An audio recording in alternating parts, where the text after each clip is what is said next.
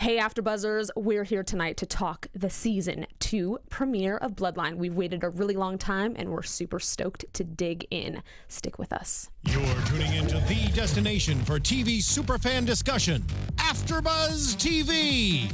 And now, let the buzz begin. Hello AfterBuzzers, we're back. It's season 2, episode 1, entitled Part 14 of Bloodline. Doesn't give much away. I know. We're like, and I was actually getting confused a little bit when I was rolling through Netflix, and I was like, Part 14. Oh, Yep. that makes sense. Anyway, you can find us on YouTube at youtube.com/AfterBuzzTV. Please subscribe if you're not already, so that you get all the notifications for all of our fabulous shows.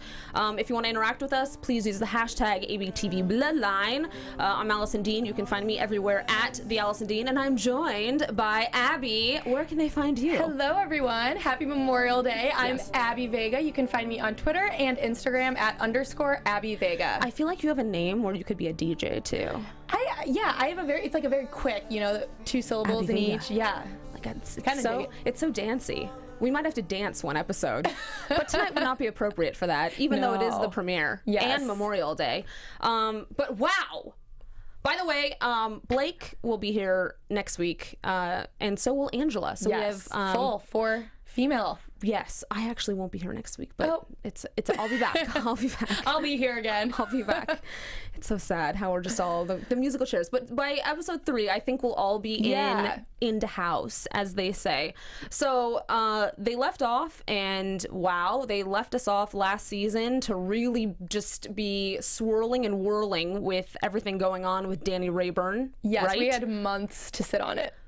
Yeah, and like stir. And I actually was in fear because he's literally one of my favorite characters. I know. And I was so relieved that he's going to be in Flash. I think that's what it is. Is that what it is? I think that's what it is. I was, or not. I know. The ending, we'll talk about it, but I kind of got a little... We're all so confused. Yes. It's like, if Blake was here, she'd be like, don't worry, it's going to be okay. But Ben Mendelsohn is incredible. He's everything. So I was glad to see him in season 2, even though he's dead. I was crying a little bit that he didn't win the Emmy. I know. Because he is incredible. In every review I've read, everyone says too, because this cast is filled with great actors, but he steals any scene that he's in, and you want him to be in any scene. But you know what? I also feel very confident now that he's just gonna, his career is just... Yeah, he's good. He's off. He's good. That's it. It's like he'll win some awards now. Yes. He's bound to. So anyhow, we also left off last season with Danny's son, who we now know to be Nolan, showing up at John's doorstep. And we kind of didn't know what to make of any of that. But John took him in for the evening. John couldn't make himself look more guilty and weird in this situation. Totally. Do you agree? I totally agree. I was like, you're being awkward. You're being real. I mean, obviously. So awkward. I'm like, this is your alleged nephew. You're telling your kids, don't tell anyone about this. He just makes himself kind of look suspicious. Not only that too, but and this kind of jumps a little forward, but when they all go to that family dinner, I was shocked and appalled that they were just like, here, chill here. We trust you in our house. I know. That was weird. Right? And the fact that he wouldn't even just tell everyone, so this kid showed up, he's saying this is who he is. Right. Even if he's skeptical, why would he hide that from people? It makes it look weird. It does. I totally agree. Yes. I was a little stumped at all that. But we start learning little tidbits. So somehow Nolan knows that his father is dead, which I didn't even think about that. Right. So until now. I thought that was interesting in a way. So how would Nolan know? No, because remember, it was a huge, in the last season, Danny was a missing person for the murder in the hotel, and then they ended up finding his body. So it was on the news. Oh, all right. Fail. Alison just failed. So I just thought about that too. No, Thank you. it took me a second to remember that. So okay, yes. So he did know his dad was dead. But what we didn't know the name of his mother. The alleged mother, Evangeline Radozovich. I hope I said that right. That was really good. I thought that was really good. Glorious. So we learn a little bit about that. We learn that Danny has been to Miami, that Nolan has been to Miami and was collecting. We now know why Danny was sending all that money back, because Nolan didn't have a place to live, which I was kind of like, why didn't he live at that apartment then? Like, hey kid, just fend for yourself anywhere in the US of A, and when you feel like it, you can come collect some money. Yeah. I don't know. That was just a little... But we might learn about this as I think the season we will. progresses. I feel like, obviously, Nolan is going to be a big plot line. I hope so.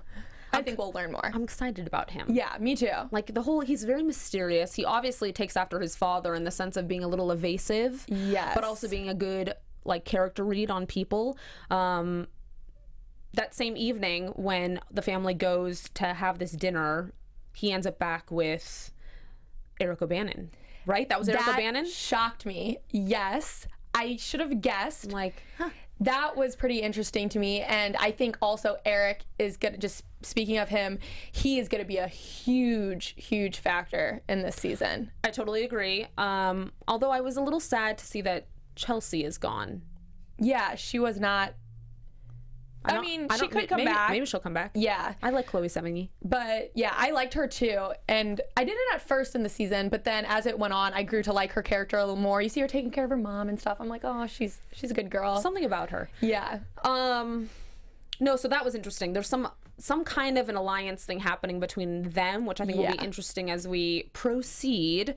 They also like tied up some things. So we know that a lot of the people associated with the Wayne Lowry camp were all sort of killed off or missing. Yeah, that's why it was pretty shocking, because they didn't show the Eric thing until the end. Right. And at the beginning they mentioned how he was one of the missing people. And to me, I honestly didn't know, is he dead? That's what I thought. That's what I kind of assumed. So that's why I mean, even though he's a bad guy, I don't know who's bad and good in this. Yeah. But I know. You know, when he so showed up, I was pretty excited, actually. I was like, ooh, this is a good little matchup between these two. Now, were you a little confused by the flashback that they did in that hotel room or motel room where it was Eric and Danny and like someone was shot, or was that just me and my TV looked a little blurry? Well, it wasn't, because I was confused at first. Okay. I was a little confused because I was tell like, me what happened. I was like, what is this flashback with just Eric? And then I realized that it's going to be a big thing because he was a witness. As far as everyone knew, it was just Danny and the guy who was killed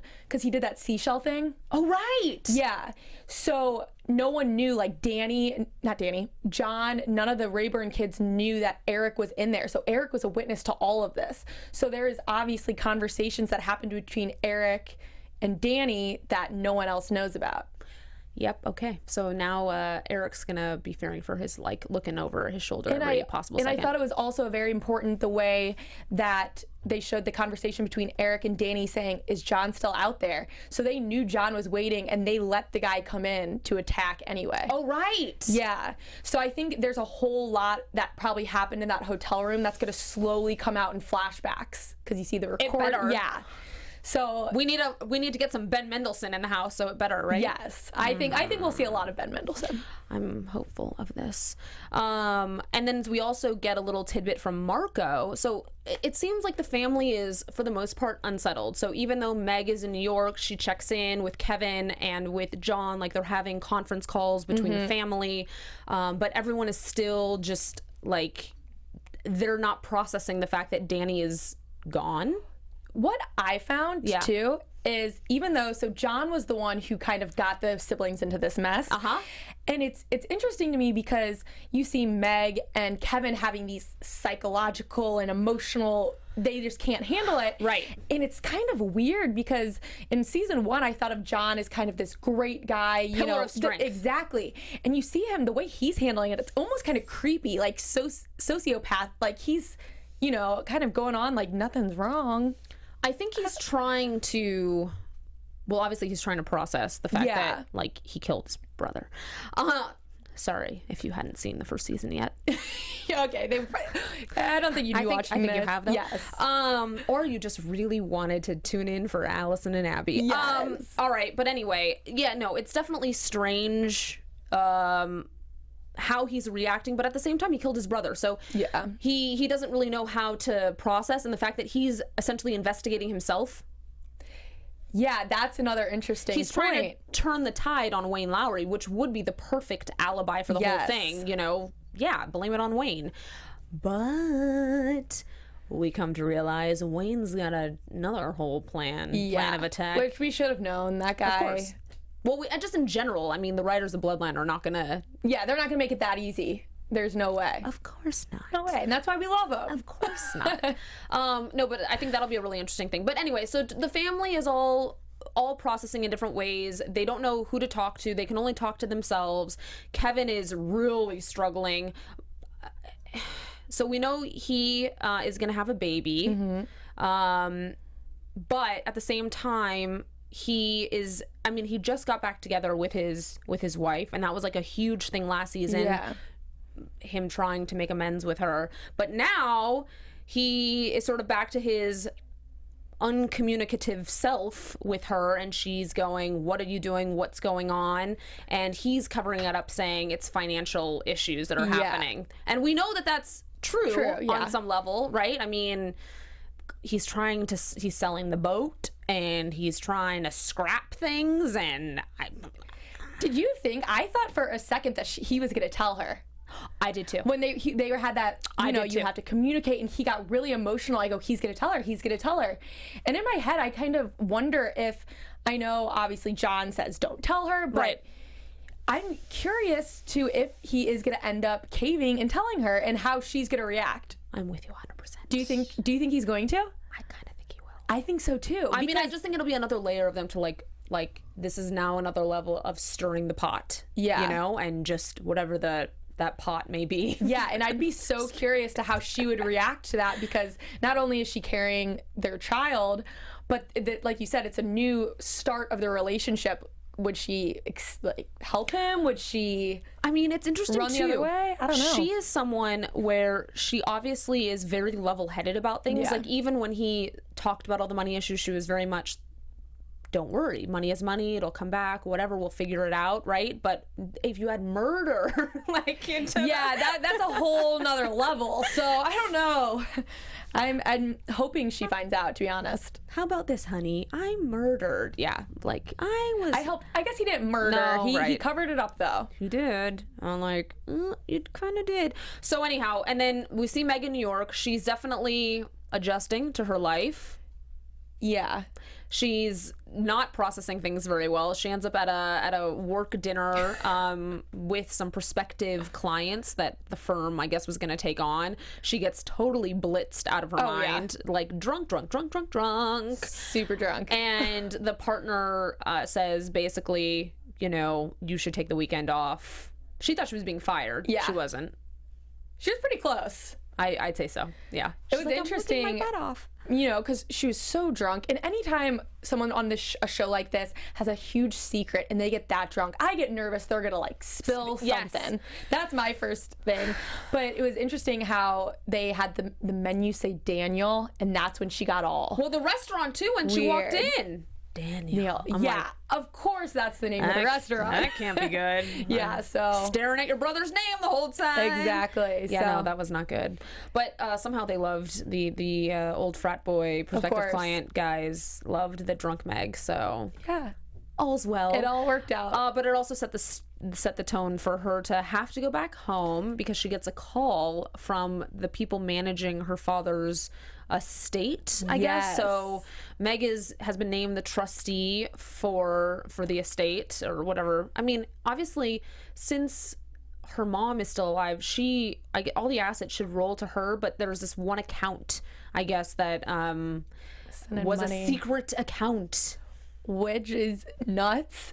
A secret account funneling money, $5,000 a month, and who was it going to? Did you know when you heard that phone call happening, that there was money? Who did you guess the money was going to? I guessed that it was going to Danny. I think that's what I thought. I just assumed, because he had been gone. I mean, he just came back into their lives. Yeah. I don't even know how long ago, but I just assumed that the entire time Danny was gone, that maybe Danny and his dad were having a communication that no one knew about, and he was helping him out. Yeah. That's what I thought. I think that is totally not far-fetched, because in my mind I was also thinking this could possibly be Danny. Although at the same time, maybe that wouldn't explain why he's like also FedExing himself. I don't know. Yeah. But anyway, it ended up being the mother of Danny's son, Evangeline Rodazovich. Which is, I can't even begin to process what all is happening in the web of relationships that's happening. I was like, what?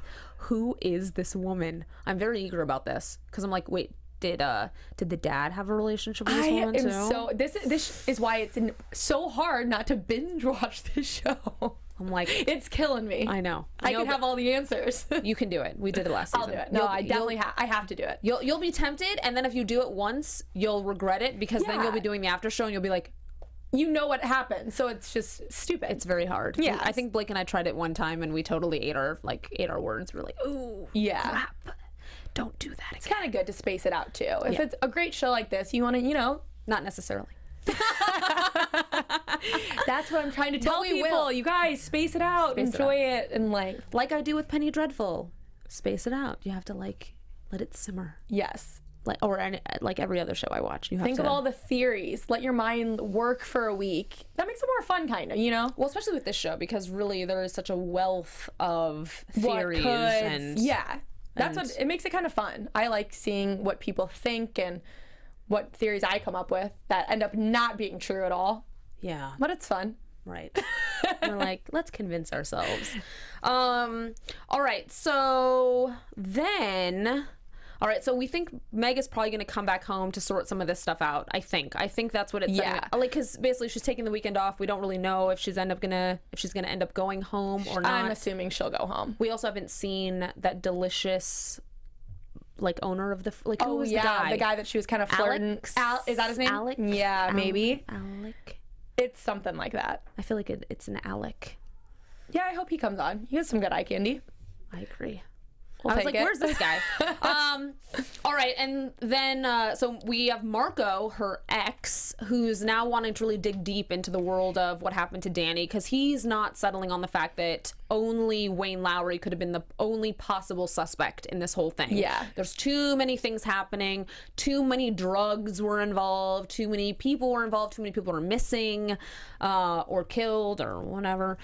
So he's going on his own search. Yes. John looks a little railroaded at first, and then he says, thank you. I know. I'm a little confused by Marco, because I remember last season, to me, he came off as though he was suspicious of the siblings a little bit. Yes. And he's hard to read, but I can't tell if he thinks that they may have something to do with it, or if he's genuinely just trying to help them. But, the way he did the thing with Kevin in the boat, that seemed like he was kind of trying to, upset Kevin. I can't tell. I saw it from the other side. So he went to go see Kevin. Kevin, obviously, he has a boat, or he had a boat, but he's very familiar with boats and the marina, and this is sort of where he's spent all of his time. So he would be sort of a reasonable, I think, source for information on boats, perhaps. Yeah, see, I think that too, but then at the same time, it's when it's someone so close to the case, they're in a town that has marinas and boats in the ocean right there. I'm sure there's tons of other people that they could have. So I don't know. The way obviously Kevin is a hothead, you never know what he's gonna say. For sure. And it seemed as though I just read face expressions, and I could be totally wrong, but it seemed like Marco kind of got a little weirded out by the way Kevin was reacting. Well, I think he got weirded out just how Kevin left. I think he was not weirded out initially. Yeah. Like the whole hey, come with me. Like it was so happenstance. Like they could have been brother-in-laws. So it was just like, hey, I'm showing up. Come ride with me for 10 minutes. Yeah. But he got defensive and weird. Yes, because Kevin he doesn't process his stuff well. No, he is not good with separating all that. Which, can you blame him? No. I really can't. No, I can't blame him, but he definitely, he literally, he freaked out when he saw this burn boat. Now, I was also trying to figure out what boat that was. Was that... I think it was the boat that they found Danny from. That was, you think? Yes. Not one of the boats that they had human trafficking things happening with. No.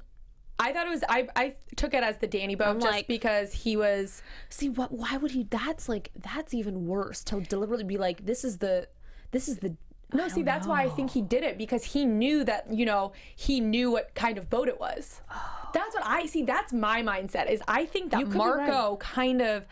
I could be totally wrong, but Marco's I think smart. I think he is smart too, and he's kind of an underrated character. You know, he's kind of always in the background doing things, but nothing.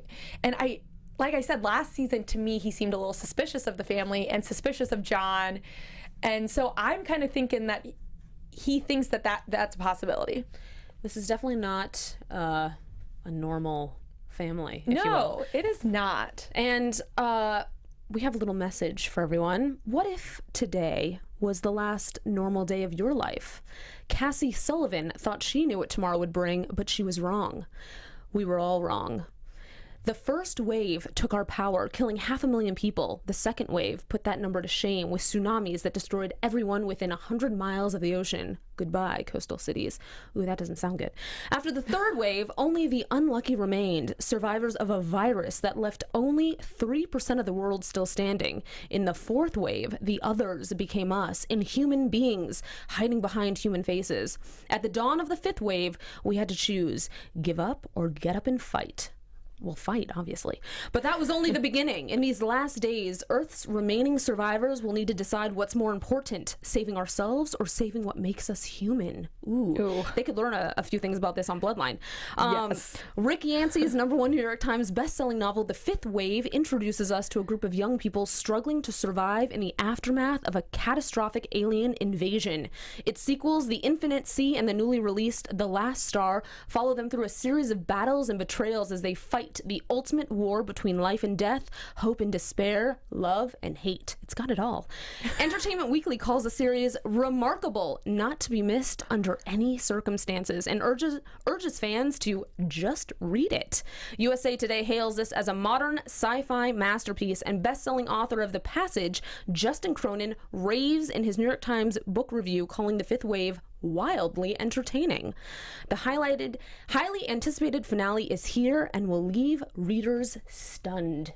Better check it out, right? Oh yeah. Better check this out, and better keep watching Bloodline with all of us. Of course. Both riveting. Both very riveting. Okay, very good. I'm like, very good, glorious. Back to the normal. Yes, okay. Back to the other normal. Yes, we have one normal and now another normal. So he freaks out. Kevin totally does. Marco's onto something 100%. I mean, I think even last season they were giving us little snippets between Marco and John. Yes. Because Marco is... That's what I thought. I always, like I said, the faces and the, you know, I probably overread into the facial expressions. You shouldn't. But, you know, it seemed as though whenever they were in these big meetings with all of the police and detective, that Marco and John were kind of having their own conversation. Even though they were talking to everyone, there was some underlying conversation happening. So that's why I'm thinking Marco, I think he's smarter than people are thinking he is. I really want him to come in. I would love that. I really want him to come in. So there's also this undercurrent. There was another conversation between Nolan and John, a follow-up. At first, it was interesting, too. John was very clear with his children, like, don't, you know, like, they were weirded out, but then obviously Nolan was charming his cousin. First of all, I just say those kids crack me up. Really? like in a funny way, just the way that they just are so teenagers. They're very, yes. That daughter Jane always just give an attitude and just like 100%. It's just funny. But although I will say, you know, for all the shows that I watch with teens on them, I do like this collective group of teens, or they do well. Yeah, they do. It doesn't disturb me on some level. Like, yeah, it all kind of works. It does, right? For sure. I don't know. At least I brings feel the family. You know. Yeah, whatever. It all kind of caps it all off. So they were talking about Florida and all that, and I think Nolan was prying John a little bit for answers, and John was vice versa, trying to get some answers from Nolan. Mainly, so Nolan asked John how many times he'd been to Miami, and John said once, and then I was trying to go back in my brain. He was lying. And I was like, how many times was he there? He definitely lied. And I think Nolan was also hip to the fact that, like, maybe Nolan was spying the whole time when he was in Miami. Don't you remember? We saw. Yeah, you saw the back of his shirt. Yeah. Well, we're assuming that's who it was, and that See, I don't even necessarily think John was trying to get answers. I think John was just trying to cover his tracks. Oh, to make sure that Nolan wasn't there. And Nolan didn't know anything. Yeah, and the thing is Nolan knows, so that's why Nolan is probably now super suspicious of John, because he straight up lied and knows he's lying.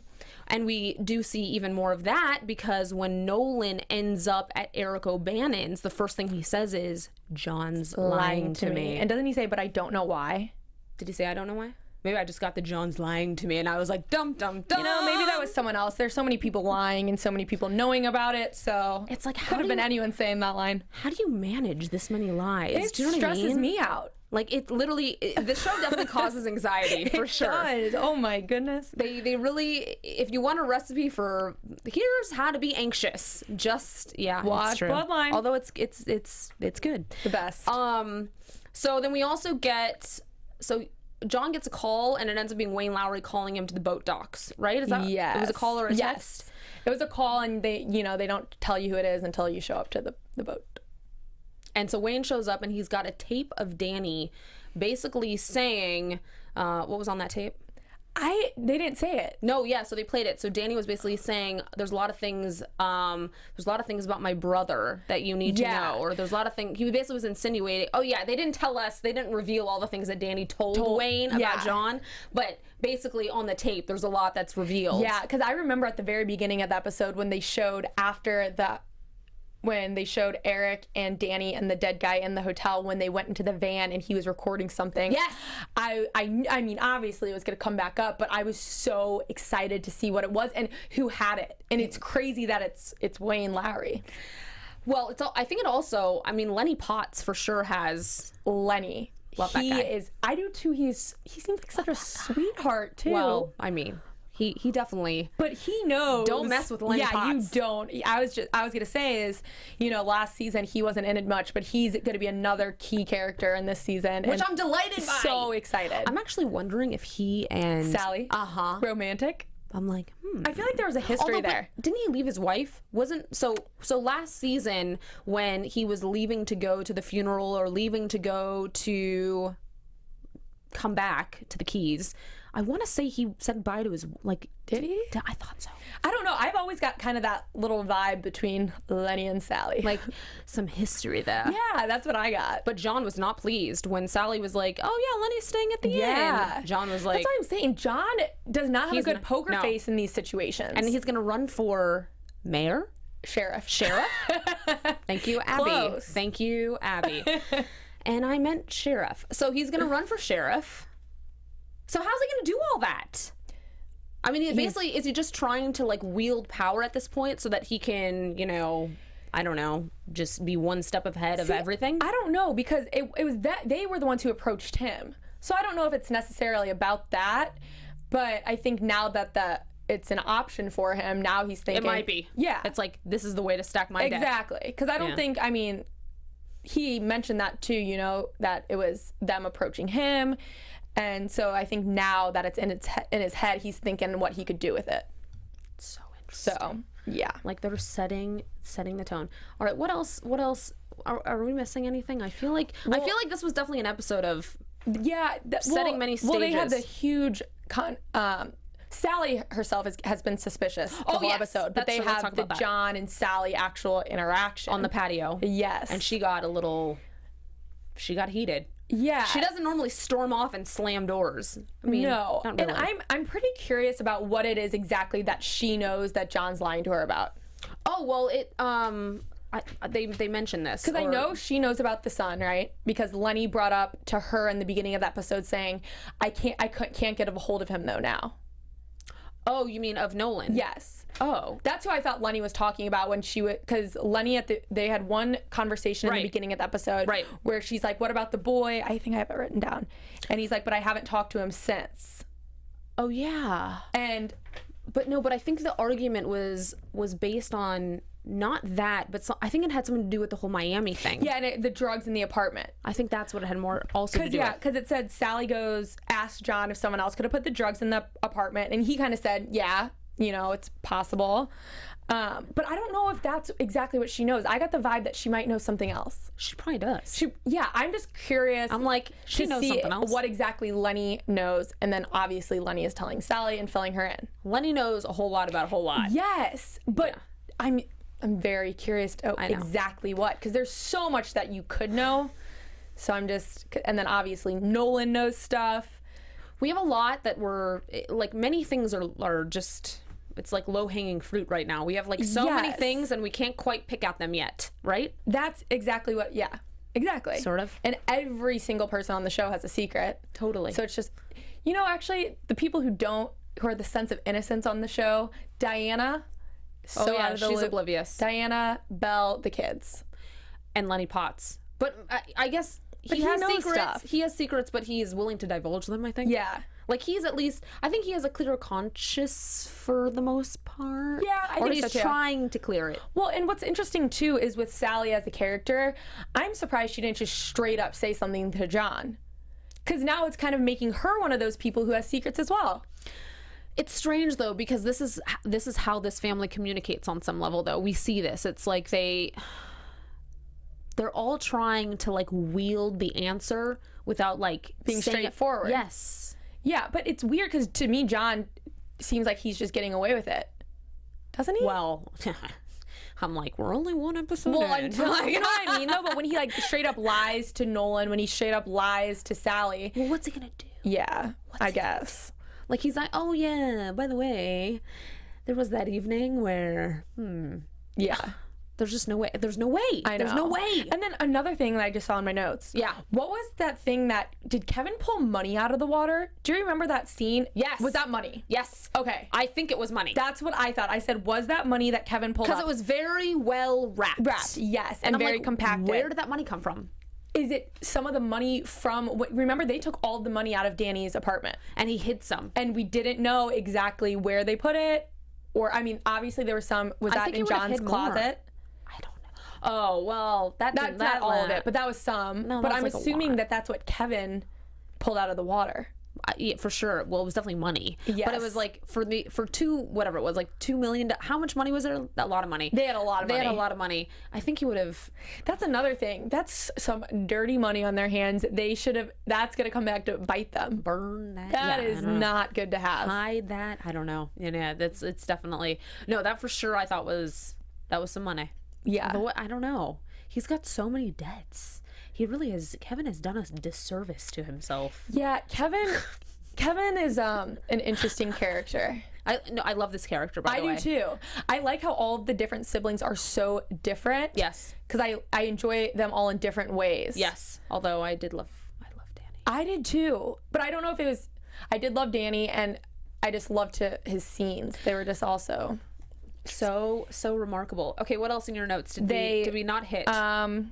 Police got the warrant to search Lowry's house. Oh, right. Look, you're like, yeah, the police got the warrant. Although, what are they really going to find there? Yeah, I was like, there's a bunch of kids, you know, Lowry's not smart enough. Yeah. He's not going to put anything in his house. I was like, that's funny. Yeah, What are you that doing? was- It's more just to like rattle him, I think. Yeah. And just make him feel uncomfortable. Once you're in someone's home, it's just this complete obstruction of your own privacy. It's Yeah. like you're in your own space. But at the same time, with someone like Lowry, I think it would just make him cover his tracks even more. And it kind of, I feel like he must have. What was the line he said? He said something to John like, "You don't know who you're messing with," or something. Well, because think about the guys whoever he was pulled aside by in the very beginning when they were in that, like, I don't know, kitchen locker or some kind of a food locker, and they had, who was it in there? It was Jose Munoz, I think, was in there at that moment.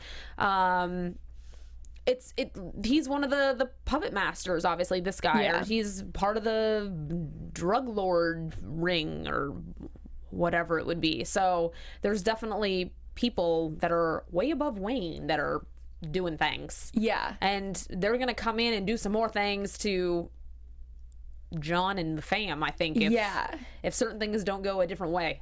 I know. I get nervous about the innocent characters in this, you know, like who? Like Diana and Belle, because to me I feel like Oh, you think they might just they're always collateral damage.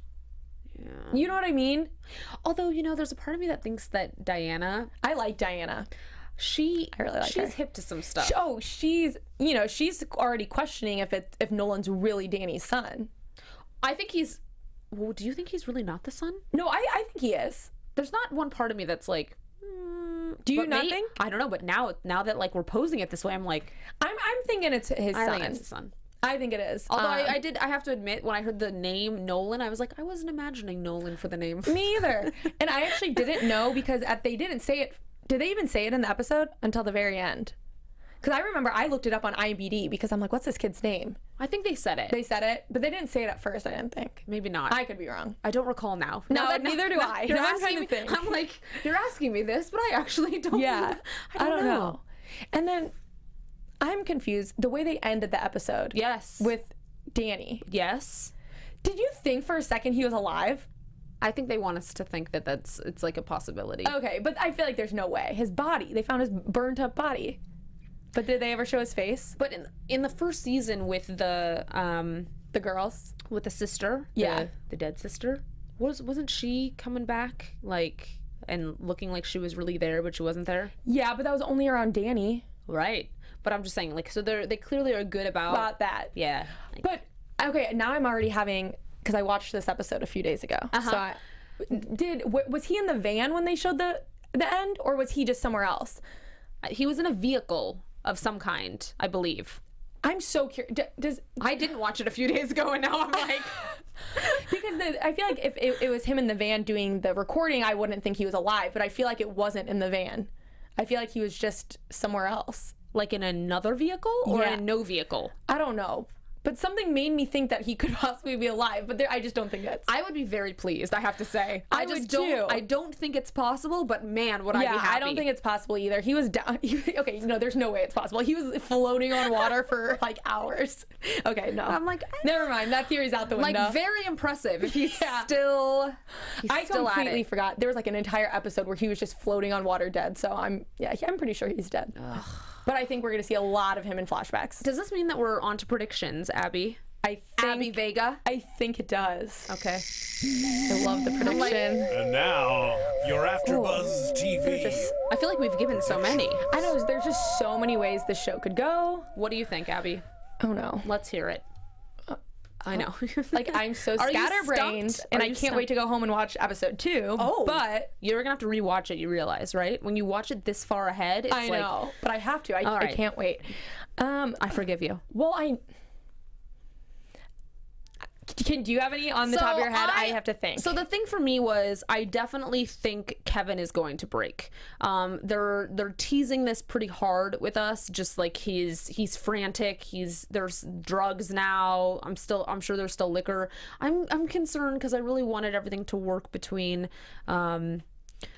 he and his missus, but now I'm thinking that he's really going to make it impossible on himself. Like, he really is just he like shoots himself in the foot no matter what. So I don't know. And then with Meg in New York, I'm really hoping, I think it's an interesting storyline to have her there and to be cutting back and doing all that stuff. I do, but maybe it's just a ploy and she's gonna end up back in the Keys, and it's like her perpetual like hell.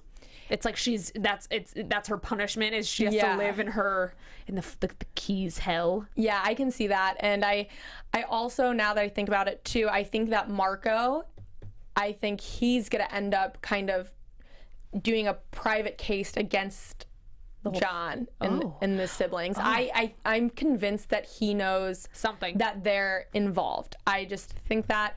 And then they didn't show it in this episode, but obviously the 3 siblings are going to put together that their dad was sending money to, because John knows the name and Meg knows the name now, but they haven't discussed that they both know the name and why it's connected. And it's possible that Sally knows the name. Yes, that is true. I didn't even think about that. It's possible. Even if it was a secret, I mean, we don't really know the kind of secrets that they kept between each other or not.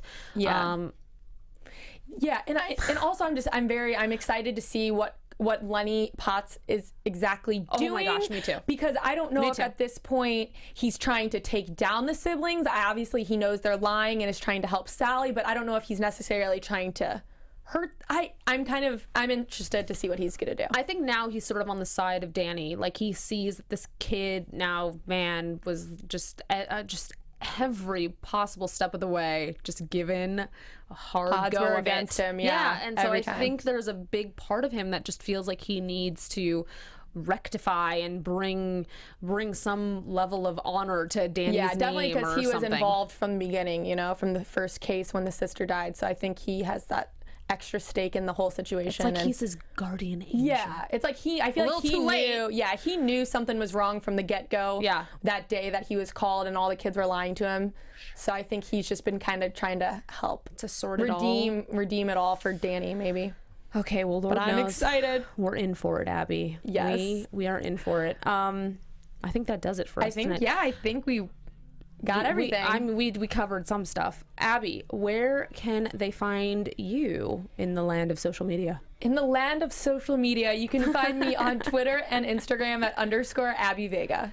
You can find me everywhere. Well, not everywhere, because I'm not on Snapchat like a dum-dum. But I'm on Twitter and Instagram. You can find me at the Alison Dean. And we are very excited to be doing this Bloodline experience with you for another season. So we'll be here next week, next Monday.